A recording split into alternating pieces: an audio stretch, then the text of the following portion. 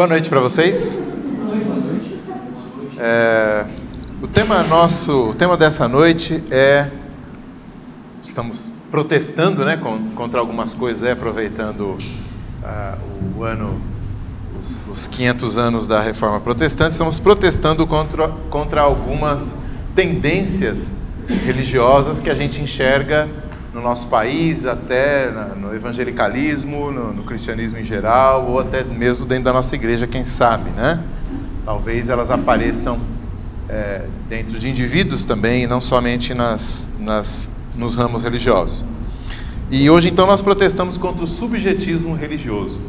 Subjetivismo religioso. O que eu estou chamando de subjetivismo religioso? É quando a gente reduz a nossa percepção religiosa de uma maneira tão subjetiva, tão nossa, tão própria, tão pessoal, que ela meio que desconecta da igreja, desconecta da história, do cristianismo histórico, desconecta, às vezes, até mesmo da revelação da palavra de Deus escrita, né? Então, é isso que eu estou chamando de subjetivismo religioso. Ele geralmente é muito pautado naquilo que eu sinto, né, na minha visão particular, na minha opinião, naquilo que eu experimento, naquilo que eu vivencio, porque todas essas coisas, todos esses verbos que eu acabei de usar, eles são assim, subjetivos, eles são muito próprios, muito meus. Eu não consigo, por mais que eu possa explicar o que eu estou sentindo, eu não consigo fazer com que você sinta o que eu sinto. É só seu, é só meu, o que a gente sente, né? Especialmente numa matéria tão pouco concreta quanto a religião, a fé, né, a Deus e assim por diante. Bom, então,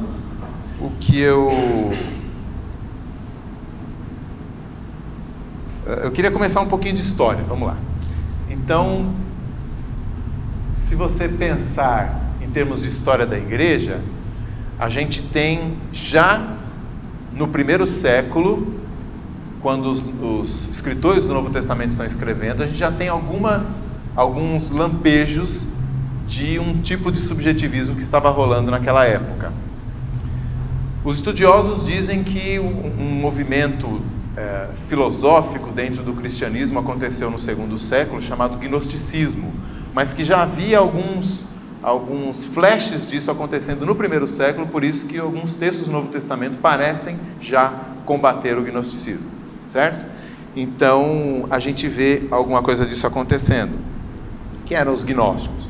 Os gnósticos eram um movimento dentro da filosofia grega que entendiam que havia um conhecimento, uma iluminação especial, que as pessoas podiam receber e ter acesso a essa iluminação, de maneira tal que elas eram salvas por esse conhecimento. E aí eles viram, na linguagem cristã, algo meio próximo. Eles falam assim, acho que o cristianismo é isso, é uma mensagem que Cristo veio nos dar, e quem tem acesso a essa mensagem, quem entende essa mensagem, então passa da vida para a morte, vida eterna e tal. Eles encontraram algumas maneiras de encaixar uma ideia na outra, o cristianismo e o gnosticismo. Então esse movimento surgiu no meio da igreja cristã, lá no primeiro século, e a gente tem então os apóstolos combatendo isso de alguma maneira. Por que é um movimento subjetivista? Porque ao invés de você depender do que Deus revelou na sua palavra através dos apóstolos que Jesus escolheu, você tem que ter essa iluminação particular. Não é simplesmente a boa nova que alguém te conta. É download mesmo, sabe? Assim, é um negócio que vem direto do céu e entra em você e agora eu entendo. É meio pílula azul, pílula vermelha, entendeu? É uma iluminação que de repente você pega e você começa a ver o mundo de maneira diferente, né? Você vê as coisas verdinhas e as letrinhas caindo lá e tal, alguma coisa assim. Então, o gnosticismo tinha essa visão de cristianismo, e por isso estou dizendo que eles já são um princípio de subjetivismo já nos tempos bíblicos, né? Um pouco depois, já no primeiro século, aconteceram alguns movimentos. Eu separei aqui pelo menos os alegoristas de Orígenes. Orígenes foi um bispo da igreja, na igreja oriental. Logo no começo, a igreja ficou dividida entre os orientais e os ocidentais. Os ocidentais representados ali por Roma e África, né? E os orientais representados por Jerusalém, Antioquia e os mais gregos ali e sírios, né? Então esse cara, Orígenes, é dessa banda oriental. E ele então defendia que o texto bíblico tinha um nível de leitura que somente algumas pessoas muito especiais conseguiam atingir, que ele chamava de alegoria. Então ele dizia que em qualquer texto bíblico, e os judeus são muito bons nisso, né? Se você ler os rabinos, mesmo modernos, você vai ver muito disso. O texto bíblico está dizendo um negócio, e aí, tá, eu entendi o que o texto bíblico está dizendo. Mas se eu for profundo mesmo, eu vou entender um negócio completamente diferente ali, que ninguém poderia imaginar. Então os alegoristas, eles são famosos por pegar algumas passagens que parecem tão simples e entender coisas profundas, tipo quando o samaritano pega o cara que foi assaltado e leva até a estalagem, lembra da parábola de Jesus? O texto diz que ele deixou 2 moedas. Então, em princípio, você pensa, 2 moedinhas era o suficiente para o cara ficar lá 2 pernoites. Por isso que ele deu 2 moedas. Mas os alegoristas então diriam assim, não, a moeda é algo de valor, e esse cara foi salvo. O que é que de valor que salva a gente? Né? É o Antigo e o Novo Testamento. Então é para você entrar no céu, o Antigo e o Novo Testamento é que vão permitir, né? Ou então a lei e a graça. É só você achar um binômio na Bíblia e dizer assim, esse é o significado mais profundo do texto, né? Então, Paulo e Pedro, sei lá, inventa o que você quiser, né? Tranquilo. Dá para você inventar N significados profundos nas 2 moedinhas que Jesus disse que o cara entregou lá, né? Às vezes você vê isso no púlpito também, né? Não sei se você já teve essa sensação que o pastor abre um texto e prega e fala, cara, eu nunca pensei que tivesse isso nesse texto. Talvez nunca tenha mesmo, né? Não tinha mesmo isso no texto, né? Talvez seja um alegorista que está lá presente. Nessa linha também houve um movimento chamado montanismo, né? Os montanistas, eles entendiam que o Espírito Santo se comunicava diretamente com o crente. Então você esperar, por exemplo, pela pregação de um pregador, para eles era alguma coisa, sabe, nada a ver, água do batismo, pão e vinho numa ceia, igreja, para eles tudo isso era muito artificial. O bacana mesmo era você ter um contato imediato do 3º grau diretamente com o Espírito Santo, entendeu? Você e o Espírito Santo que iam resolver as coisas.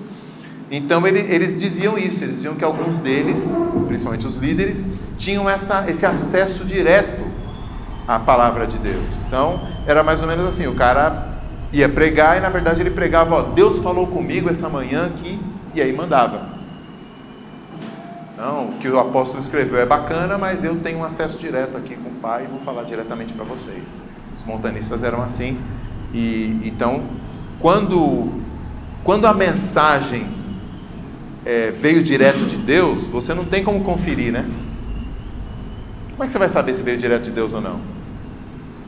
Quando Paulo estava pregando lá em Bereia, os bereanos, é dito lá em Atos, os bereanos iam conferir nas escrituras para ver se o que Paulo estava dizendo era verdade ou não. Porque qual era a pregação principal dos apóstolos? As profecias do Antigo Testamento se cumpriram, o Messias chegou.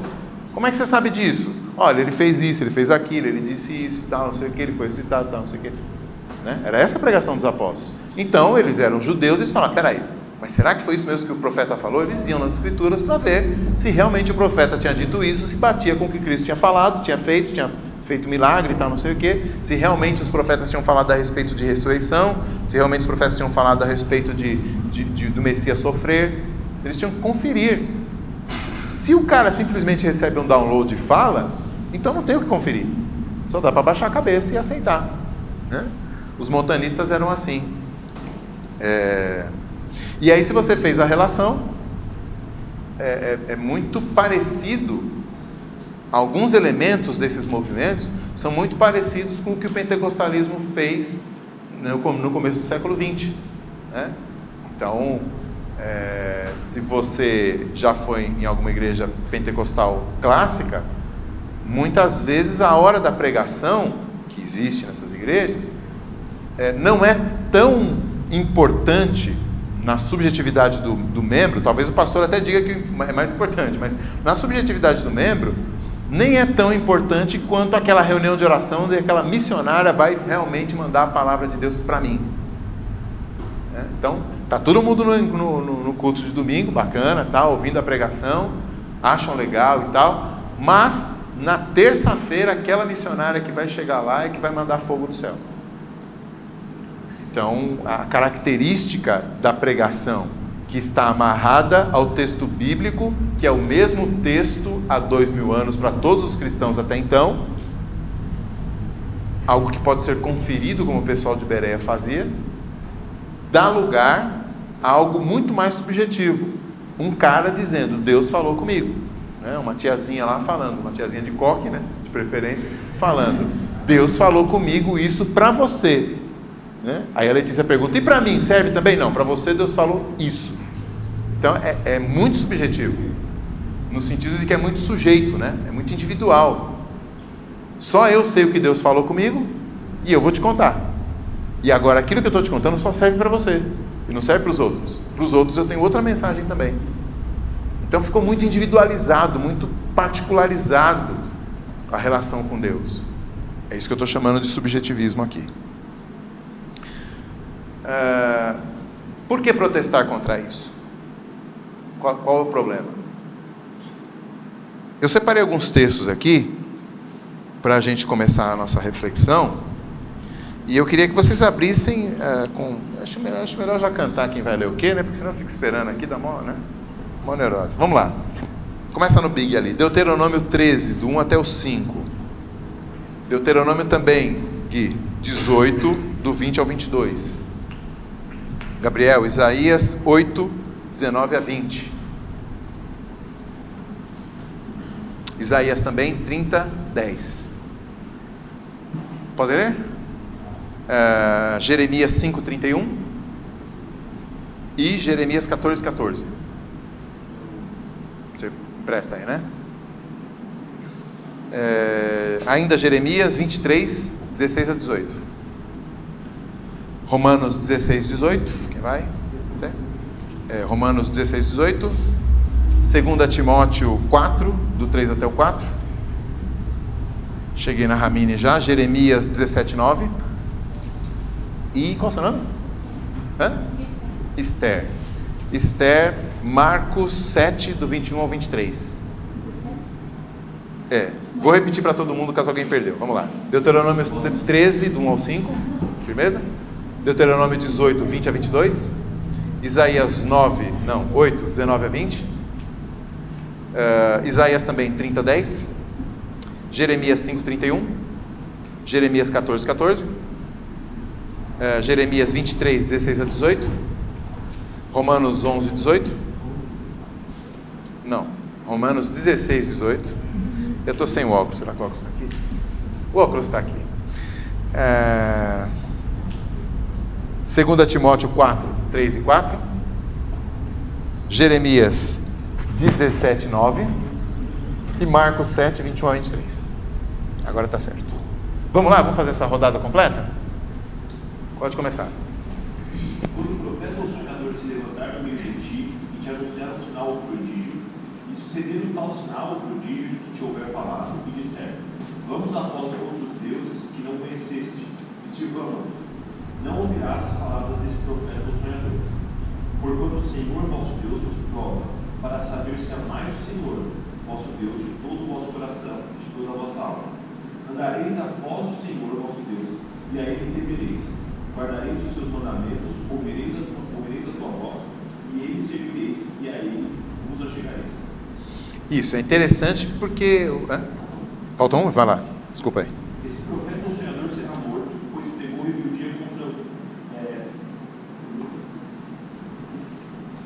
pois pegou rebeldia contra o Senhor vosso Deus, que vos tirou da terra do Egito, e vos resgatou da casa da servidão, para vos apartar do caminho que vos ordenou o Senhor vosso Deus, para andares nele.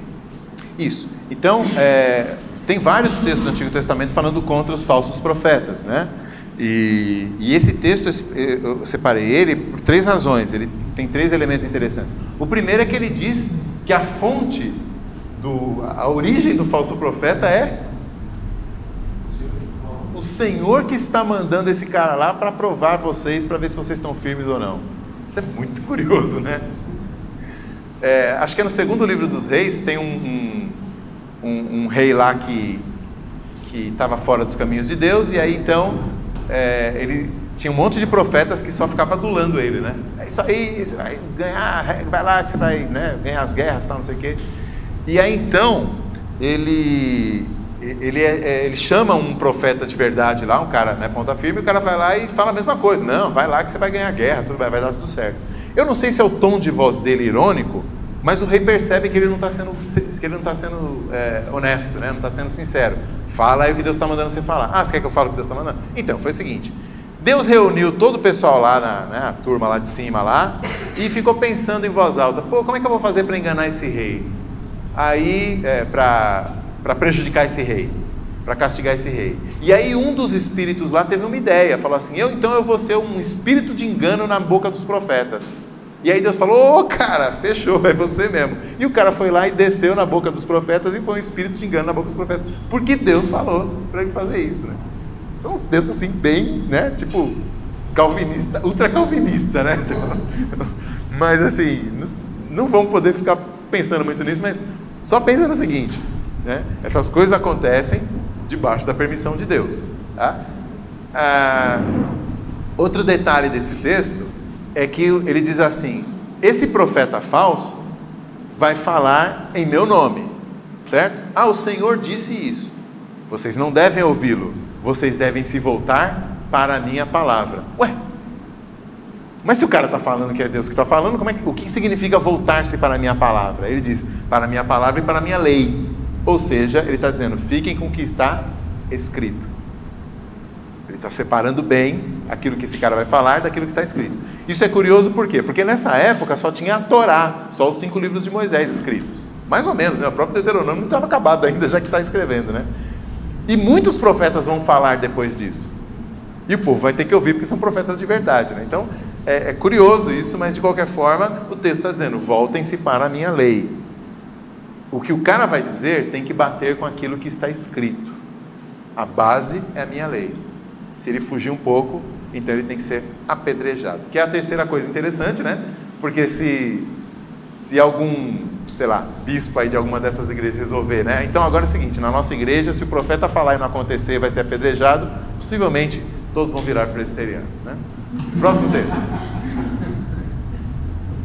Mas o profeta que tiver a presunção de falar no meu nome, alguma palavra que eu não tenha mandado falar, ou que falar em nome de outros deuses, esse profeta morrerá. E se disseres no teu coração: como conheceremos qual seja a palavra que o Senhor falou? Quando o profeta falar em nome do Senhor, e tal palavra não se cumprir, isso sucederá assim: esta é a palavra que o Senhor não falou, mas você não falou ao profeta, não temerás.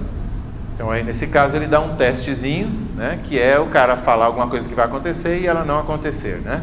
Então está claro que não foi Deus que falou, porque a palavra de Deus nunca falha, e portanto ele deveria ser apedrejado. No primeiro caso, o teste era olhar a lei. Agora o segundo teste é ver as consequências do que o cara falou. Próximo. Quando vos disserem: consultai os necromantes e os adivinhos, que chileiam e murmuram, acaso não consultará o povo ao seu Deus? A favor dos vivos se consultarão os mortos? A lei e ao testemunho. Se eles não falarem desta maneira, jamais verão a alma. Isso. Então, se você estava procurando aí um texto aí contra o Espiritismo, está esse aí, Isaías 8. De novo, o texto diz assim: vocês estão querendo consultar os mortos para saber a respeito dos vivos?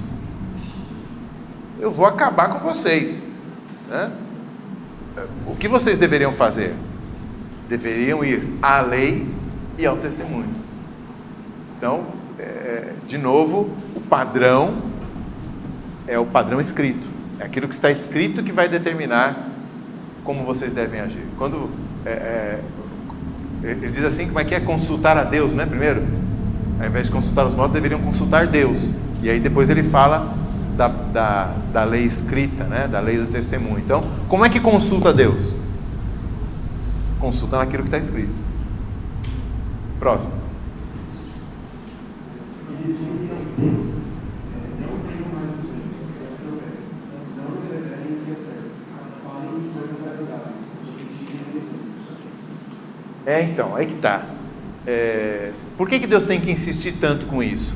Porque assim como aquele rei que eu citei agora há pouco, ele gostava de se cercar de profetas que diziam, vai lá que você vai vencer a guerra, e não daquele profeta verdadeiro que dizia, Deus não está com você e você vai perder. Assim também os nossos corações naturalmente gostam daquilo que os falsos profetas dizem.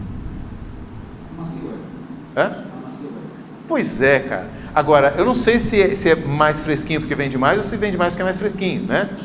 Eu não sei se o profeta, eu não sei se eu gosto do falso profeta porque ele fala o que eu gosto de ouvir, ou se ele é um falso profeta justamente porque ele fala o que eu gosto de ouvir. Não sei direito o que vem primeiro, mas parece que a coisa se completa, né? O falso profeta, ele fala aquilo que você quer ouvir. E é por isso que você gosta do falso profeta. Por isso que é legal ter um falso profeta por perto, né? É mais bacana do que ter um profeta de verdade. Diga. Os profetizam falsamente, os sacerdotes dominam o privilégio deles. E o meu povo assim o deseja. Mas que farei no fim disso? E o meu povo assim o deseja. O povo gosta. Pô, esses caras falam uns negócios bacanas, né? Faz bem pra gente, né? Eu me sinto bem quando o falso profeta fala, né? Estamos indo todos alegremente para o inferno. Que mal pode haver nisso, né? Que mal pode haver nisso? Próximo. E disse-me o Senhor, os profetas profetizam mentiras em meu nome.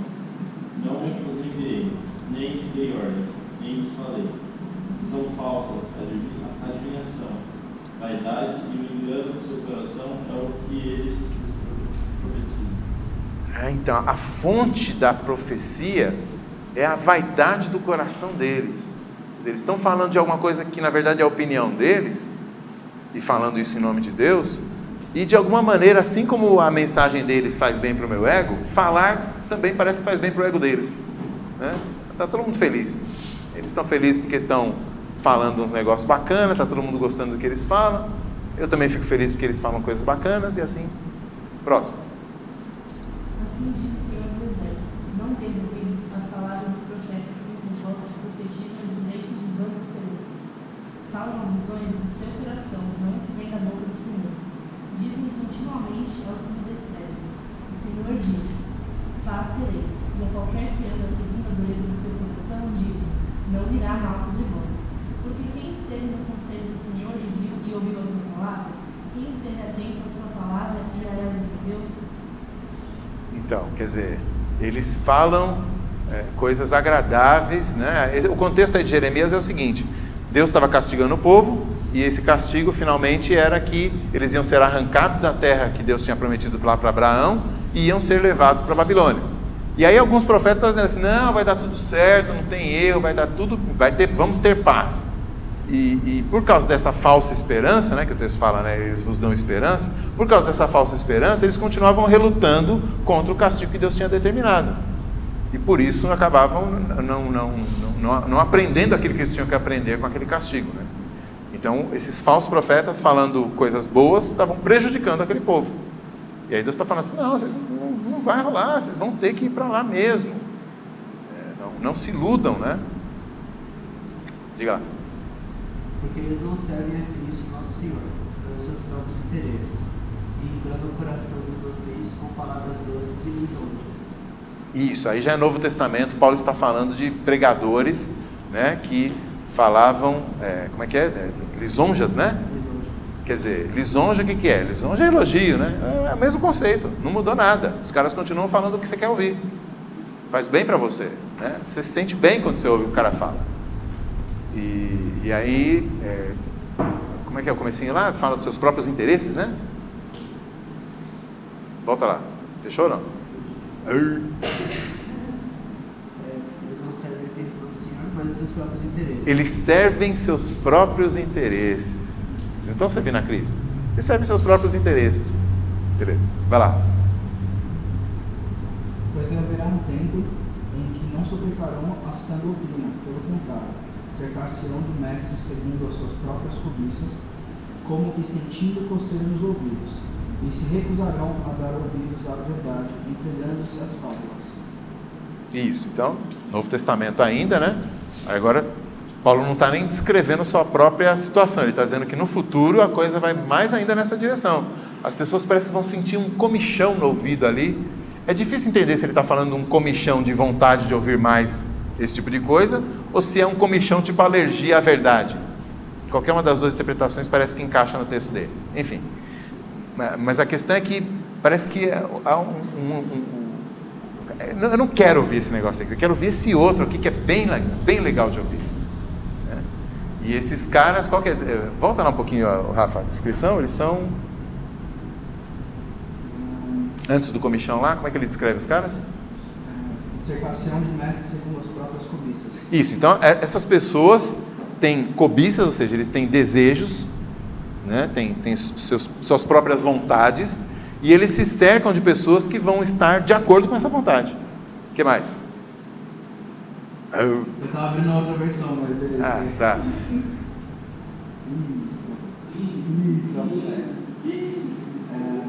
Ele fala que...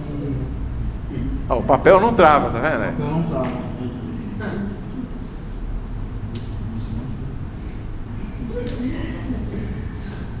Alguém tem bem aí? Fecha o Face. Fecha o Instagram. Fecha... Se recusarão a dar ouvidos à verdade, entregando-se às fábulas. Fábulas, né? Quer dizer, não é verdade, mas o pessoal gostou. Não importa se é verdade, o importante é que eu me senti bem. Vai lá. Enganoso é o coração, mais que todas as coisas, desesperadamente corrupto. Quem o conhecerá? E o último? Porque do interior do coração dos homens saem os maus pensamentos, adultérios, prostituições, homicídios, furtos, avareza, a maldade, a vingança, a dissolução, a inveja, a blasfêmia, a soberba, a loucura. Todos esses males procedem de dentro e confundem o homem. Então vejam, na verdade bastava esses dois últimos textos, né? Porque assim, por que Deus nos dá uma revelação escrita? Justamente porque o nosso coração é assim. Se Ele permitisse que a nossa vida com Ele fosse conduzida pelo nosso coração, o nosso coração produz esse tipo de coisa. Então o padrão seria o falso profeta, porque a gente vai se cercar de pessoas que falem aquilo que a gente quer ouvir, não a verdade. Essa é a nossa natureza, o nosso coração produz esse tipo de coisa mesmo. A gente quer se sentir bem mesmo quando a gente está errado. Aliás, de preferência, quando a gente está errado, a gente quer se sentir bem, né? Então, vejam a misericórdia de Deus ao nos tirar desse buraco, nos dando a revelação dele de maneira objetiva e não subjetiva. Então ele dá um texto. A maior subjetividade está na interpretação, claro. Talvez por isso que ele deu um texto tão comprido, um texto que percorre tantas culturas e épocas diferentes, escrito por tantas pessoas com estilos diferentes. Talvez por isso que ele tenha nos dado, ao invés de textos pontuais, talvez por isso ele tenha nos dado histórias humanas com as quais a gente pode se relacionar e vivenciar meio que por tabela aquilo que foi vivenciado no passado. Talvez por causa disso, mas para diminuir a subjetividade da interpretação. Eu posso ser como um bereano e conferir o que Paulo diz com o que Moisés falou, conferir o que Davi disse com o que Jesus disse, e dessa forma eu vou me cercando de mais apoio para evitar essa subjetividade, porque na subjetividade está o sujeito do coração pecaminoso, da onde sai só mentira, adultério, esse coração que quer uma lisonja, ele não quer uma correção. Esse coração que quer se sentir bem, ele não quer ser humilhado na presença do Todo-Poderoso. Então Deus, na sua misericórdia, Ele nos dá uma relação com Ele, que claro é subjetiva, porque somos dois sujeitos, né? Duas pessoas, uma pessoa divina e uma pessoa humana, essa relação ela é subjetiva, mas ela não está fundamentada na subjetividade. Ela está fundamentada naquilo que Deus disse que é objetivo. Ele disse e mandou escrever. Dá para entender? O propósito de Deus, ao diminuir a nossa capacidade de subjetivamente distorcer o que Ele quer. Então, revelou-se dessa maneira, cuidando para que aquelas pessoas específicas com quem ele tratou fossem direcionadas de uma maneira especial, de tal forma que quando eles registram aquilo que Deus falou, eles registram de uma maneira que pode nos alcançar milhares de anos depois, e o texto está lá. Se eu interpretar errado, você tem condições de vir e interpretar melhor, e a gente vai disputar quem está interpretando melhor. Mas isso é muito mais objetivo do que eu ter uma opinião e você ter outra. É verdade que muitas vezes você vai conversar sobre cristianismo com algum colega e tudo mais, e ele fala assim: mas Bíblia cada um interpreta do seu jeito, né, e tal, não sei o quê. Mas você sabe que não é assim, né? Dá para você chegar em casa e ter um aviso da sua mãe na geladeira dizendo assim: vou chegar tarde, faça um miojo. E você achar que ela disse que era para você ir no banco e sacar a grana toda e torrar com seus amigos. Tem um limite ali, né? Será que ela quis dizer miojo num sentido genérico, portanto eu posso comprar um outro tipo de macarrão instantâneo, né? Será que ela diz, ou é miojo a marca, né? Nissin Lamen e tal, né? Dá para, né? Tarde, mas tarde quando? Será que ela vai chegar depois do horário do jantar? Faz sentido, mas talvez seja tarde para fazer o jantar, mas ainda no horário do jantar. Será que eu devo comprar 2 miojos? Há uma possibilidade aí, né? Mas não cai daquilo, entendeu? Tem uma margem de erro melhor do que o do Datafolha, né? Que dá para você trabalhar com um relativo grau de objetividade na busca do reino de Deus. Agora eu quero me deter um pouco mais no último texto, aí eu quero que todos vocês abram. Colossenses 2, são 2 versículos, o 18 e o 23.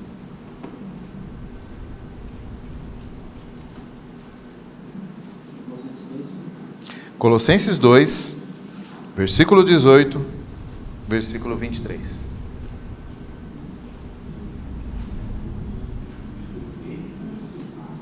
E.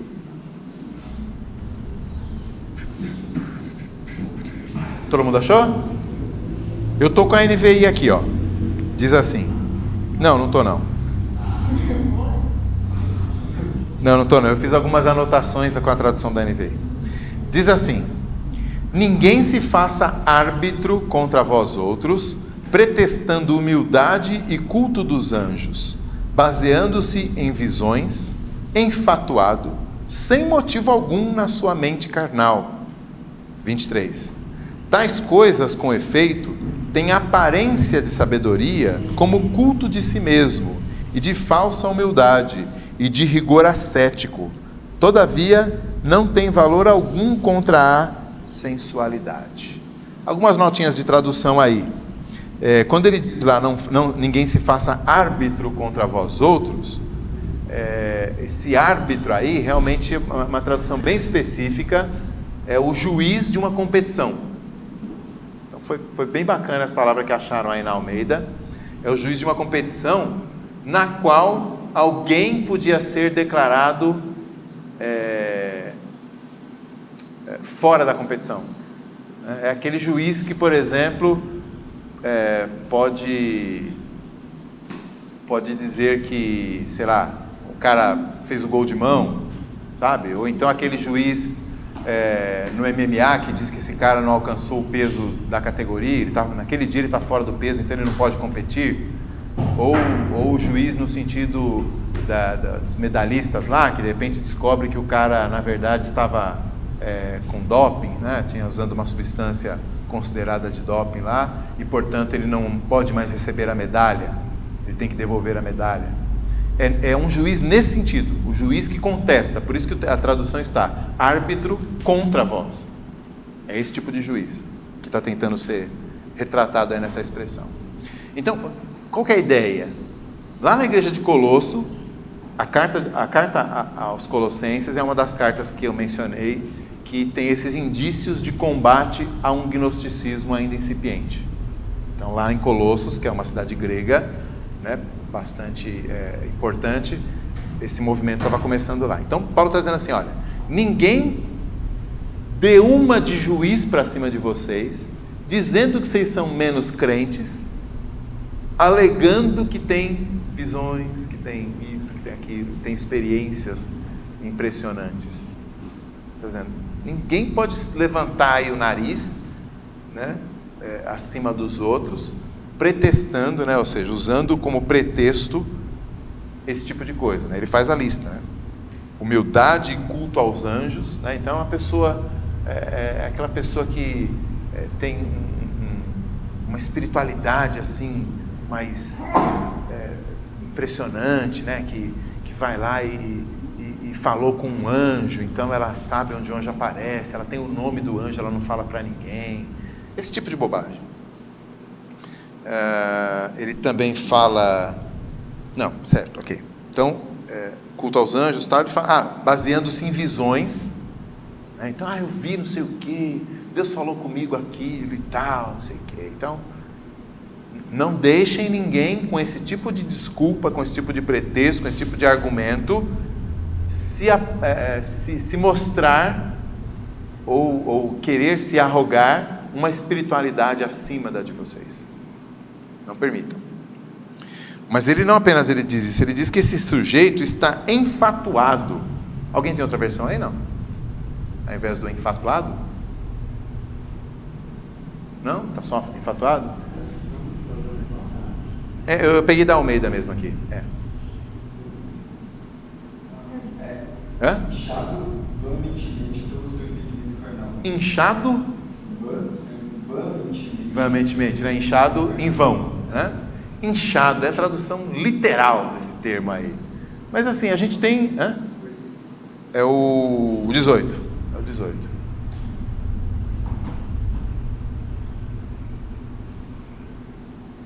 Então pense, o cara ele se achou juiz da espiritualidade de todo mundo, porque ele tem umas visões, ele encontrou com um anjo, ele sabe de uns negócios diferentes que ninguém sabe, ele sente umas coisas diferentes que ninguém sente.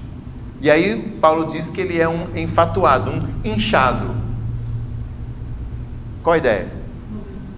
Arrogante, né? Agora tem uma expressão em português que preservaria o sentido da palavra dando o significado. Boa, peito estufado. Eu tinha pensado em cheio de si. Cheio de si? Boa. Então, é alguma coisa assim, né? Quer dizer, esse cara, ele fica lá de peito estufado, de nariz em pé, cheio de si, porque ele tem uma espiritualidade. Agora, veja que curioso, é que ele pretesta, né? Pretextando humildade. Então, enquanto ele argumenta, enquanto ele é humilde, na verdade, quando você olha, ele é um arrogante, né? Então é mais ou menos o cara que, sabe assim, nossa, eu fui tremendamente impactado com aquilo, eu não merecia ter aquela visão, eu não sei como Deus me escolheu para isso, eu sou o menor dos servos e tal, agora se ajoelhe que eu vou falar o que Deus quer para você, né? É um negócio mais ou menos assim, né? Diga. Você está lembrando de uma entrevista, foi no podcast que ele convidou o Thiago Arraes para explicar o que era o Adventismo, né? E aí ele comentou que o Adventismo, na verdade, era uma continuação da reforma do conceito de sola escritura. Que ele tinha... Uau! Ok. Aí ele fala que, por isso que eles são sabatistas, né? Porque eles não encontram um texto claro, bíblico falando que a gente jogou o sábado no domingo. Aí ele vai falar, por exemplo, daquela questão do... Ele cita diretamente o original, obviamente, né? Ele é pastor adventista e os caras não ajudam o original. Só que é interessante que ele se baseia na Ellen White. Ellen White é esse tipo de pessoa que está escrevendo agora. Que teve visões de anjos e veio que não sei o que ia acontecer, volta de Cristo, etc. Isso tudo parte do movimento adventista, mas eles alegam que é um movimento sequencial da sola escritura. Sola Escritura mais alguma coisa, né? Impressionante. Sola Escritura, mas o adventismo que ele fez lá, ele realmente fala que as pessoas não entendem os restos dos adventistas o que ele está falando, é meio que um adventismo diferente. Mas ele ainda assim, pelos outros conversas, por outros textos dele, ele ainda assim se submete à teologia em vários pontos que a linguagem pontua. Ele realmente pontua que muitos adventistas... O adventismo do sétimo dia é Ellen White raiz, né? Mas tem outros adventistas aí que diminuem um pouco aí o peso e tentam equilibrar um pouco, né? Ellen White Nutella. O engraçado é o fato que eles voltam para o original, mas eles fazem uma análise, uma exegese, na verdade, porque eles não pegam o que a gente tem falado, né, de que as pessoas pegam um texto já traduzido em português e interpretam o jeito deles, eles fazem isso com as línguas originais. Então, por causa de alguns erros de entendimento da língua original, eles acabam fundando doutrinas, muitas vezes, que não tem necessariamente, não é o que está sendo dito de fato, depois que você aceitou uma autoridade extra-bíblica, né? O que eles dizem? Eles dizem que eles não estão colocando a Ellen White acima da Bíblia. Mas quando você usa os textos da Ellen White para interpretar a Bíblia, então ela está sobre. Né? Então, aí você corta o que não encaixa, interpreta diferente o que não encaixa. Tá. Então, esse cara enfatuado, esse cara de peito estufado, cheio de si, né? Esse cara está inchado com tudo que ele conhece, né? Ele está todo cheio de toda aquela espiritualidade que ele tem acima de você, ele ainda pretesta a humildade, ele ainda afeta, né? Seria uma outra palavra parecida, ele ainda afetando a humildade, ele vai lá e, pois é, não sei o que acontece e tal, e vai lá, e no final das contas ele é o cara, né? E ele está enfatuado sem motivo algum, porque o que ele tem não enche nem um copo d'água, né? Não enche nem um balão de gás, mas ele está todo cheio por aquilo que ele acha que tem na sua mente carnal. Na sua mente carnal. Final do versículo 18. Agora o versículo 23. Tais coisas, na verdade, entre o 18 e o 23, ele dá outros exemplos de falsos profetas. Tá? Eu só separei esse primeiro e a conclusão, porque é o nosso tema. Então ele fala, tais coisas, ou seja, tudo isso que eu falei aqui para cima, com efeito, tais coisas com efeito têm aparência de sabedoria. Então, veja, para quem está ouvindo, para quem está curtindo isso, talvez seja encantador. Não é o jeito. Talvez seja encantador, tem o seu encanto, né? Tem a sua sei lá, a sua atração. Ele tem uma aparência de sabedoria. Na verdade, parece até mais espiritual do que o cristianismo normal, né? Lembra lá dos falsos profetas antigos? O profeta de verdade chegava lá e falava assim: rei, você está em dívida com Deus, Deus não vai deixar você ganhar a guerra. Aí o falso profeta chegava: não, você vai ganhar, vai arrebentar, não sei o quê. Então, ainda assim, é sempre a mesma coisa, essa aparência de sabedoria. E aí olha só que contraste interessante. Ele diz assim: como culto de si mesmo. Culto de si mesmo. Ele tinha falado lá em cima que o argumento do cara é de culto aos anjos, né? Eu vi um anjo lá e tal, o anjo apareceu, falou comigo e tal. Mas agora Paulo diz, tira a máscara e diz assim, é culto de si mesmo. Na verdade, quem está no pedestal é o sujeito, porque afinal de contas você não está enxergando o anjo, só ele está. Ele vira o canal exclusivo da revelação de Deus. Então, por mais que ele possa se fingir de humilde, de servo dos servos, né, e tal, não sei o quê, né, não sou eu que estou dizendo, é Deus, né? No final das contas, ele subiu alguns degrauzinhos e começa a olhar todo mundo de lá de cima. Aparência de sabedoria como culto de si mesmo e de falsa humildade. Ele tinha falado que o cara tinha pretexto de humildade, mas agora ele fala que é falsa humildade. Então agora ele tira as máscaras todas, né? O cara parece humilde, viu uns anjos, está cultuando anjo. Não, ele está cultuando a si mesmo e de humilde ele não tem nada, né? É falsa humildade. E de rigor ascético, também outra palavrinha difícil aqui, né? A ideia aí seria o ascetismo, né? Aquele movimento, aquela doutrina de privação. Basicamente, ascetismo seria isso, privação, né? é aquela ideia de que você eleva a alma por meio de privações físicas. Então, sei lá,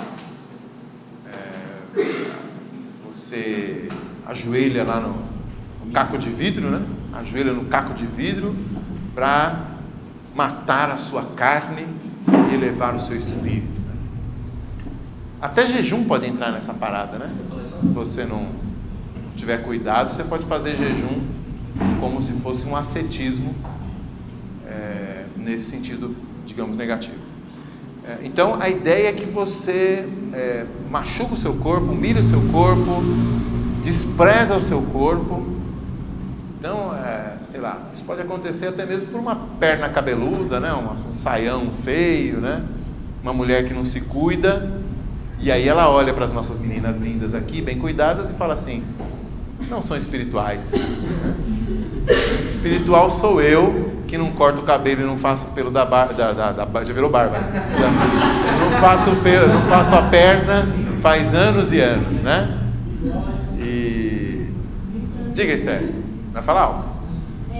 Usando o exemplo do adventismo, eu mesmo tinha vizinhos que eles são adventistas. E a família toda deles foi criada na doutrina adventista.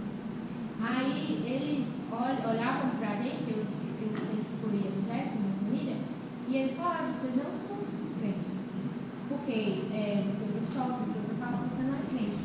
E assim, é como o senhor está falando, eles assim, tem aquela rotina, por exemplo, eles faziam culto todo dia, com a família, aquela aparência, né? Uhum. Só que no fundo não é isso. Esse negócio é complicado, gente. Vocês já conheceram alguém que foi da Congregação Cristã do Brasil?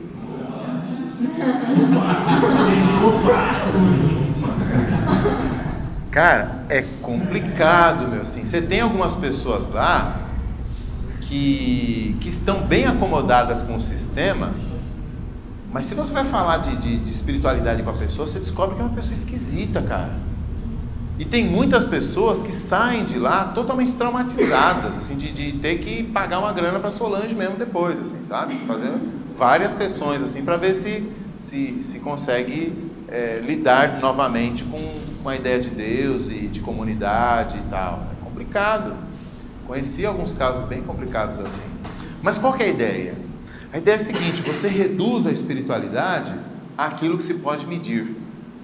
Então eu sei o quanto você é espiritual pelo tamanho do seu cabelo, o tamanho da sua saia, né? O quanto você toca no conjunto lá de instrumentos, né? Quantos cultos na semana você vai, porque todo dia da semana tem culto. Quantos cargos colocaram? Então, diga, senhor. Não vai abrir a privacidade de um cliente aí, não. Um paciente.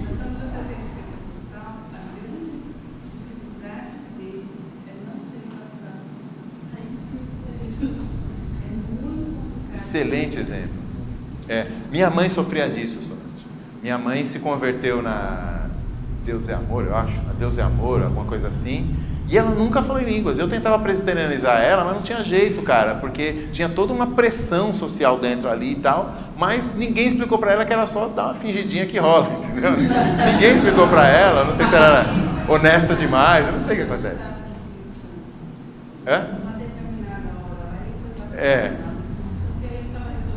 Estava resolvido. Então, diga. Eu tenho um amigo que a mãe dele é missionária e ele ia na igreja, e ele ia de pentecostal, memorizar a falta de iluminação. E um dia ele falou para mim: eu não estou mais indo na igreja e tal, porque eu não sou batado pelo Espírito Santo e eu sei que eu não vou ser, eu me conheço e tal. Eu falava: não, cara, não tem nada a ver isso aí. Eu falei: você foi batizado? Fui. Em nome de quem? Em nome do Pai, do Filho e do Espírito Santo. Eu falei: ó, você é batizado em nome do Espírito Santo? Aí ele: não, mas é que eu não falo em línguas, então hoje em dia ele está assim, completamente desviado e tal. Esse exemplo da Solange, que é excelente, é um negócio que faz tão mal, cara, faz tão mal, não sei que continua sendo reproduzido. Pois é, cara. Aí, se a gente for pensar em termos de pentecostalismo, né, você tem esses pregadores, né, que põem fogo na igreja e tal, não sei o que, né, espiritualmente falando, né, e que os caras rodam as igrejas assim, são idolatrados, né? Põe lá, né? Faz propaganda, fulano vai estar aqui, o pessoal vai, né? E enche e tal. E o cara, né? Esse fulano tem o poder de batizar no Espírito Santo, aí vai todo mundo lá e cai, não sei o que e tal. E aí se você não tem esse tipo de experiência, você não é crente ainda, ou é um crente meia boca, né? Aí eles têm uma amiga lá, né? Vou caguetar aqui. Aí eles têm uma amiga lá que de vez em quando, tipo, olha de cima para baixo para ela, né? Porque, pô, você não tem isso, né? Não tem essa experiência.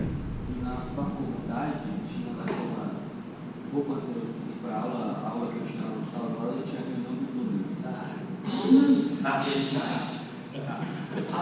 Dunamis. Um olhando da minha sala era do Dunamis. Eu falei assim, essa foi a pastora presbiteriana. E vocês colocam o Espírito Santo no meio de uma caixa. Eu falei, por que isso é melhor? Não, que vocês não fazem aquelas coisas lá. Eu falei, você é presbiteriano? Entendi. Aí eu não cheguei a discutir muito, que me deu preguiça na hora. Mas, é sério, mas a parte do subjetivismo, e até fui pensar depois, porque na época eu não sabia tudo na internet, aquelas conferências que eles fazem, chega até o ponto de ser subjetivo, que, por exemplo, um treinador lá falou, não, porque eu fiz tal coisa, dá uns testemunhos meio malucos, e quem tá lá, parece que quem tá embaixo, tipo, olha, eu não sou tão espiritual quanto aquela pessoa, e até eu chego até a duvidar de alguns testemunhos, de algum desses do Dunamis, da validade dos testemunhos, porque o cara, não consigo chegar ao nível espiritual dele, então eu invento umas mentiras para poder aumentar de status. Acontece. Eles não almejam sem ter Cristo, eles almejam sem ter os deles. Então, acontece mesmo, não dá para, né, absolutizar isso, né, mas é muito comum acontecer isso mesmo. Então, veja, eu estava falando do sistema que se implanta quando você consegue observar a espiritualidade do outro, né? Porque o que acontece é que todo mundo vira árbitro contra o outro, entendeu? Então você sabe que você não está bem com Deus, mas a tua alegria é chegar lá na igreja e descobrir um cara, né? O exemplo mais claro, né? E descobrir uma menina que está com a saia meio curta, tem um certo vinco aqui, não sei o que, tá vendo? Né? Acho que ela cortou as pontas do cabelo, hein? Então você ganha aquela tranquilidade que o falso profeta dava para o povo lá atrás, entende? Esse tipo de subjetivismo te permite estar num patamar de conforto, numa tranquilidade em que você olha e diz, eu estou melhor que esse negócio aí, eu estou bem com Deus. Diga-me. Eu já refleti bastante sobre isso esses dias. Mas eu estava conversando com o Jonas ontem, tinha um pouco a ver com isso, que na verdade, nós como cristãos, nós temos que ter absolutos muito bem definidos em cada esfera. Então, por exemplo, no que se respeita a profecias, no que se respeita ao artigo, nós temos que ter alguns absolutos. E quem baseia isso é a própria palavra. E acontece que o relativismo, ele acabou entrando muito rapidamente nos últimos séculos dentro da própria igreja. E hoje é engraçado que eu fico bastante impressionado quando a comunidade evangélica fica combatendo a galera pós-moderna e falando, vocês são muito relativistas. Só que eles não percebem que cada denominação relativizou os próprios absolutos. Eles criaram, cada um cria uma própria interpretação, cada um cria guias próprios, e eles percebem que na verdade está acontecendo na própria igreja.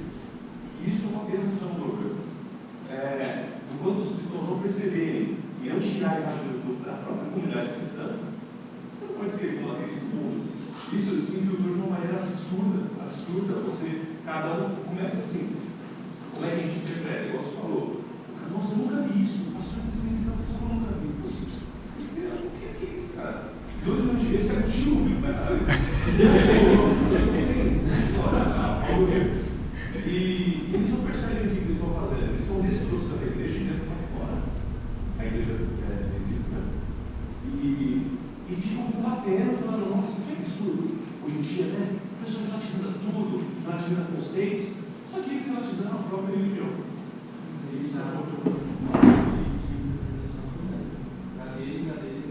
Mas a grande questão é que, por exemplo, nós que usamos um princípio absoluto, que quem interpreta a Bíblia é a própria Bíblia.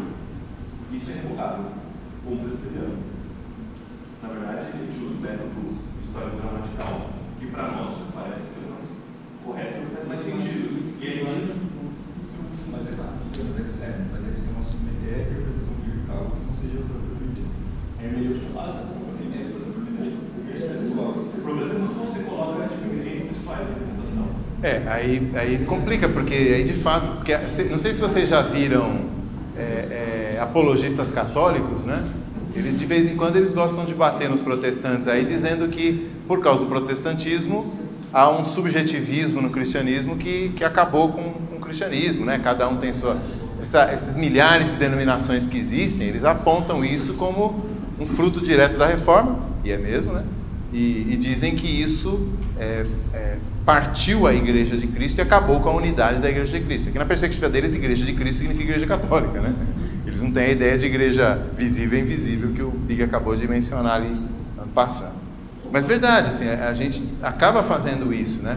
E em questões mais particulares, a gente faz mais ainda, né? Se texto bíblico ainda dá uma amarrada porque Deus planejou assim, quando entra em questão ética, aí é o samba do crioulo doido mesmo, é cada um por si, né? Então, às vezes, você faz coisas que o teu pastor, lá na tua igreja, independentemente de qual seja, que o teu pastor falou que está errado, que não é para fazer, e dentro do teu próprio sistema, não estou nem comparando um sistema com outro, dentro do teu próprio sistema você sabe que está errado, você faz, você continua na igreja, tocando no louvor, cantando no coral, sendo presidente do MP, fazendo o que você quiser fazer. Hã? E você dá um jeito de lidar com aquilo como se você fosse o teu próprio falso profeta. Estou transando com a minha namorada, mas, né, melhor, pelo menos estou só com ela, um dia a gente vai casar mesmo, tá beleza, né?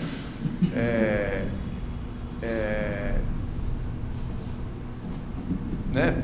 Eu ia usar o da maconha, mas vamos manter uma linha aqui, né?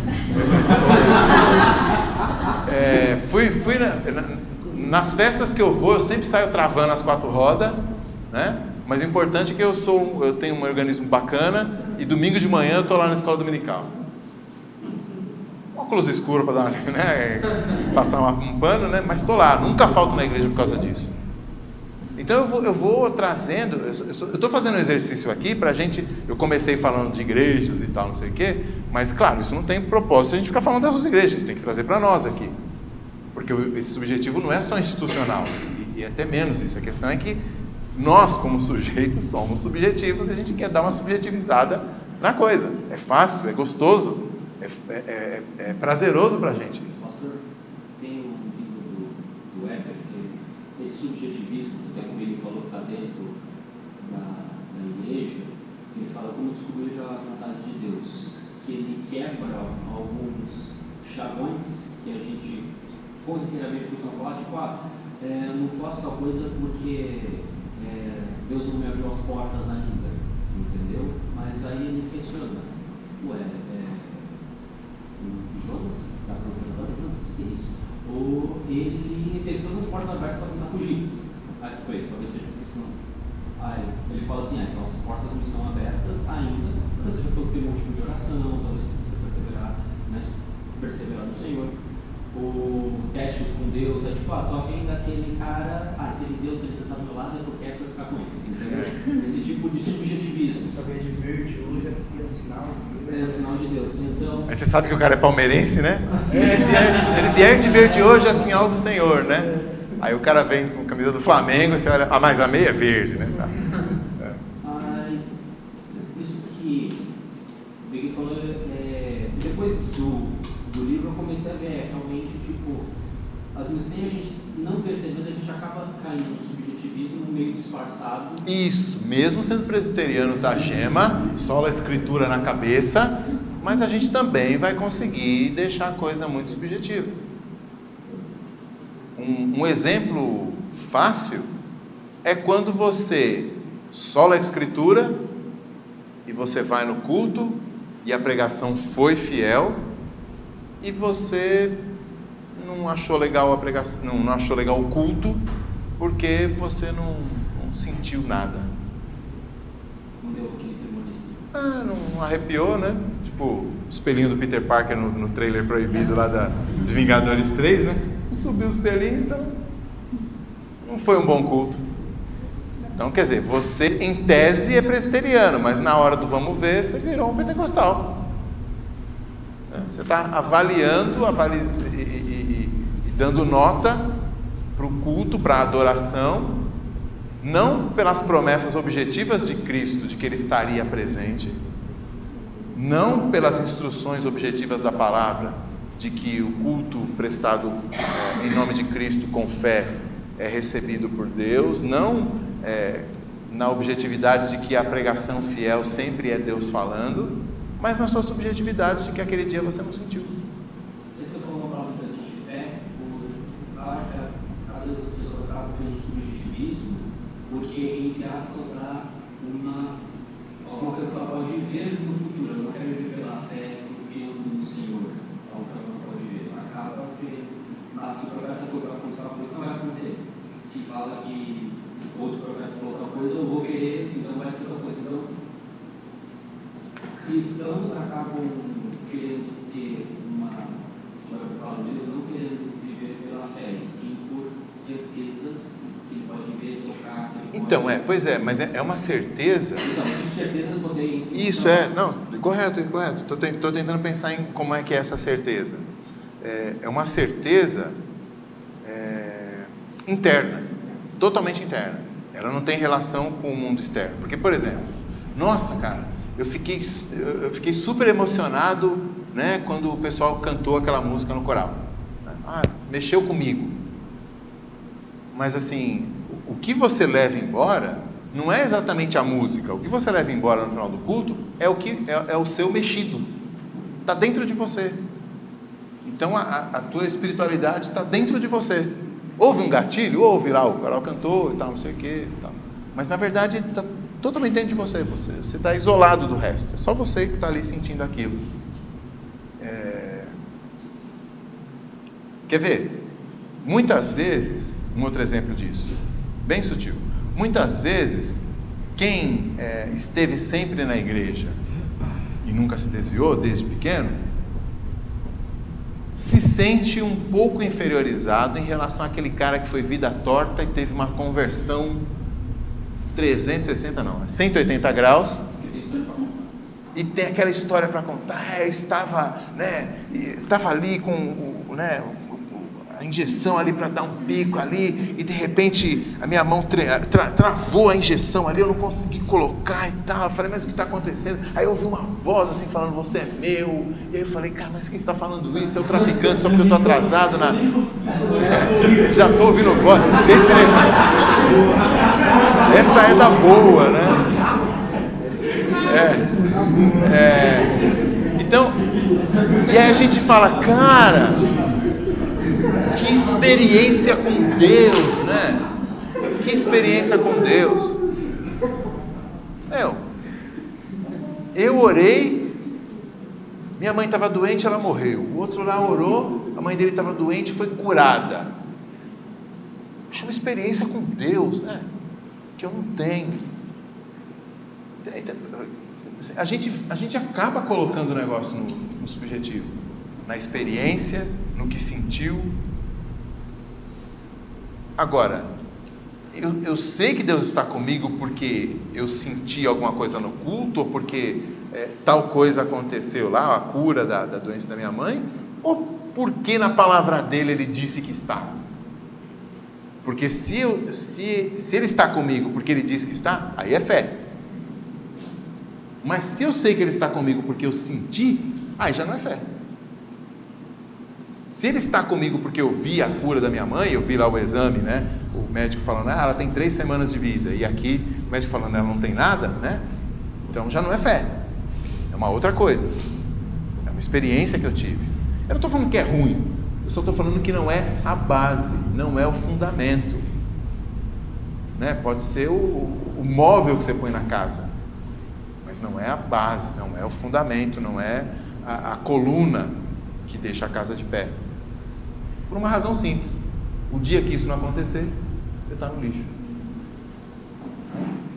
Naquele culto eu senti, nesse aqui eu não senti. E se a palavra foi fiel, se os cânticos foram bíblicos, se a oração foi feita com fé, nada disso vale, porque eu não senti nada. Se o critério for esse, então hoje eu tenho, amanhã eu posso não ter. E é isso que aí voltando para o exemplo que eu estava dando de congregação cristã no Brasil, fariseu, é isso que esses caras perdem, porque eles não têm a palavra, não tem mesmo, lá o pregador, né, que não é pastor, o ancião, fala tipo caixinha da promessa, né, ele vai lá e fala o que ele acha que tem que falar, não. Se eles souberem que o cara andou estudando no meio da semana para falar, ele já é colocado de lado, né? Literalmente estou falando. Então tem que ser essa experiência no momento, né? Tem que valer ali. E por causa desse sistema em que você consegue observar a espiritualidade um do outro, a verdadeira espiritualidade vai ficando cada vez mais de lado, porque ela é mais incômoda mesmo, né? Ela é mais humilhante mesmo, a verdadeira espiritualidade, aquela de dependência de Deus. Mas essa espiritualidade que eu consigo manipular, que eu consigo controlar, que eu estou no controle da coisa, essa é mais bacana, essa é mais joinha. Então, esses caras que vivem nesse negócio, eles acabam se afundando nisso, sem nunca encontrar Deus, de verdade, né? E sempre angustiados com essa ausência de qualquer certeza da fé, de qualquer segurança da fé. Muito ruim viver assim. Deixa eu voltar no texto aqui. Então, culto de si mesmo ao invés de culto de anjos, falsa humildade ao invés de humildade verdadeira, rigor ascético, né, o tal do se castigar lá para ser mais espiritual. Todavia, nada disso tem valor algum contra a sensualidade. Aqui uma palavra muito mal traduzida na Almeida, que significa satisfação da carne. Satisfação da carne. Então, carne na Bíblia tem mais geralmente Paulo usa a expressão carne na Bíblia no sentido de natureza pecaminosa e não natureza física. Então, quando traduziram de carnal para sensualidade aqui, não sei o que estavam pensando, mas não é a palavra traduzida por sensualidade normalmente, que é porneia. Satisfação da carne. Veja que no primeiro versículo que a gente leu, o 18, ele tinha falado que essas pessoas estão enfatuadas, sem motivo algum, na sua mente carnal. E agora ele diz que essas coisas não têm poder nenhum contra a satisfação carnal. Ou seja, como esse tipo de coisa alimenta o meu ego, então esse tipo de espiritualidade não tem poder nenhum contra o meu ego. Na verdade, o contrário. É um tipo de espiritualidade que, ao invés de matar a minha carnalidade, alimenta a minha carnalidade. Minha arrogância, meu orgulho, minha justiça própria, né? Minha independência de Deus. Então essa tendência a esse misticismo emocionalista subjetivo aí, ele não apenas conduz para longe da palavra de Deus, que foi a primeira parte que a gente viu, né? Porque aí eu começo a depender mais da minha sensação, do meu sentimento, daquilo que eu acho, das minhas emoções naquele momento e não em outro momento. Então eu me afasto da objetividade da palavra. E também abre as portas para justiça própria, para carnalidade, para soberba. Essa subjetividade toda me leva para longe da palavra e me leva para perto do meu coração. E como a gente viu desde o começo, do meu coração procedem só porcaria. Então eu me afasto da palavra, que é o recurso que Deus me deu para que eu não precise me basear no meu coração, mas na promessa dele, na lei dele, e me aproximo daquilo que Deus está querendo evitar, do meu coração, que é pecaminoso. Não busca cada dia estar mais perto de Deus, importando mais como testemunho com a vida, que é mais importante que a roupa incrível, Claro. Né, de qualquer forma. E vai se passando cada vez mais. Porque você encontra satisfação nessas coisas. Essa é a expressão, satisfação carnal, né? Então, eu fico satisfeito com a visão, com o que eu senti, né? Eu saio do culto satisfeito porque eu fiquei arrepiado. Mas isso me dá a desculpa perfeita para na segunda-feira não mudar naquilo que a palavra mandou eu mudar. Essa satisfação. Eu fico muito satisfeito porque eu senti a coisa que eu acho certa. Mas aí eu fico acomodado não fico incomodado em mudar a coisa certa, porque a palavra está me corrigindo. Mas, poxa, já senti tanto, né? Tá bom, já deu, né? Senti. Então esse subjetivismo aí, ele é bastante complicado. Um último ponto, talvez, acho que eu já mencionei aqui para vocês em alguma ocasião, uma palestra do Parcival Módulo, né? Lembra? Acho que eu mencionei, né? Que ele dá no JMC, uma aula que ele dá, sobre expressão e impressão. Ele diz que durante toda a época medieval, a igreja se concentrou na impressão, ou seja, em causar uma impressão no fiel. A pessoa que entra numa igreja católica, numa catedral, se você já entrou na na igreja da Sé, você deve ter sentido essa impressão, né? Um negócio, sabe, você sente um peso ali, né? Um negócio enorme, alto. Você olha para cima e você já se sente pequeno, né? Imagina entrar numa Capela Sistina, né? E olhar aquela pintura gigantesca, né? Aquele bração enorme de Deus, cara, né? Olhar aquela figura de Jesus lá todo esmilinguido ali, sangrando e, né? Causa impressões em você, impressões. Então ele trabalha exatamente na subjetividade. O que aconteceu na Reforma? Lutero disse o seguinte: não é por aí. A palavra é que causa a transformação. A palavra é a fonte da transformação e da vida. Então é a palavra que tem que ser entendida e, portanto, a questão é da expressão. Uma música não tem valor na introdução melódica dela, na igreja. Ela tem valor na mensagem que ela está exprimindo. É por isso que no protestantismo a letra tem que ser mais importante do que a melodia. A melodia vai servir a letra.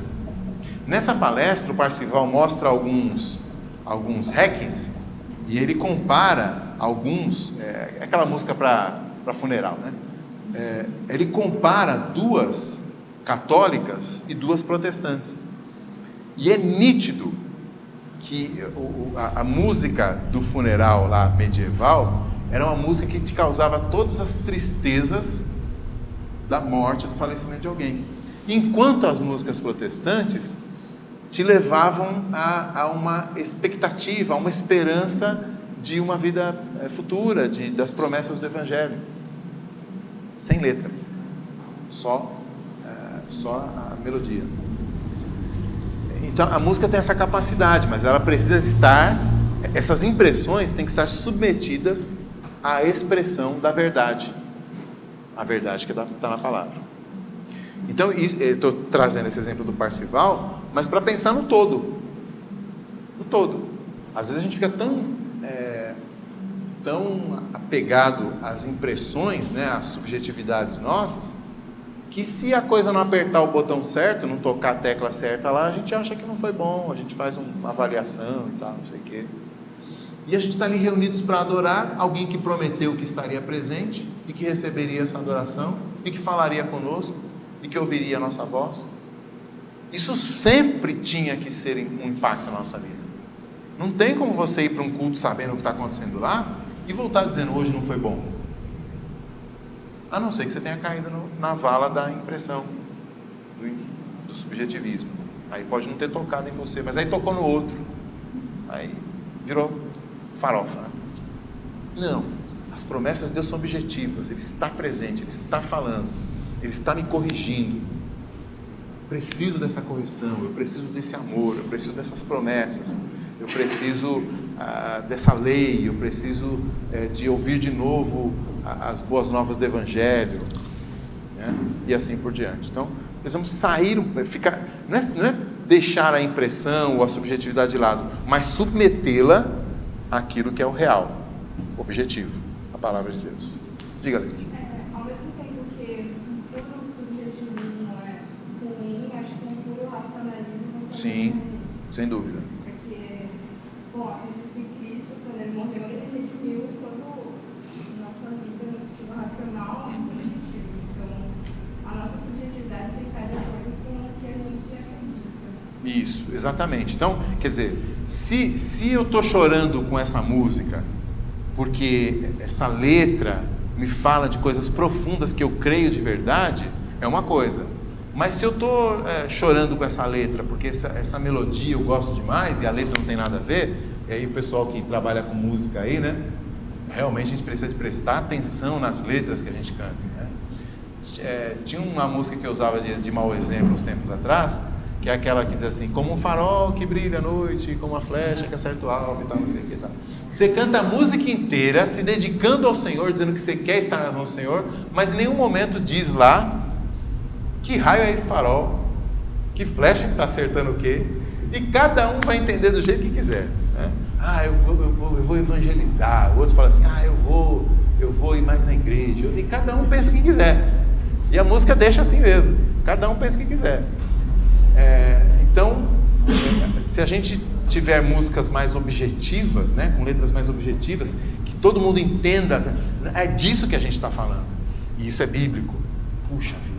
Aí eu não sei se eu estou arrepiado ou não, mas é verdade isso. Eu saio daqui impactado pela verdade. E a verdade é objetiva. A verdade é uma pessoa e aquilo que ela prometeu.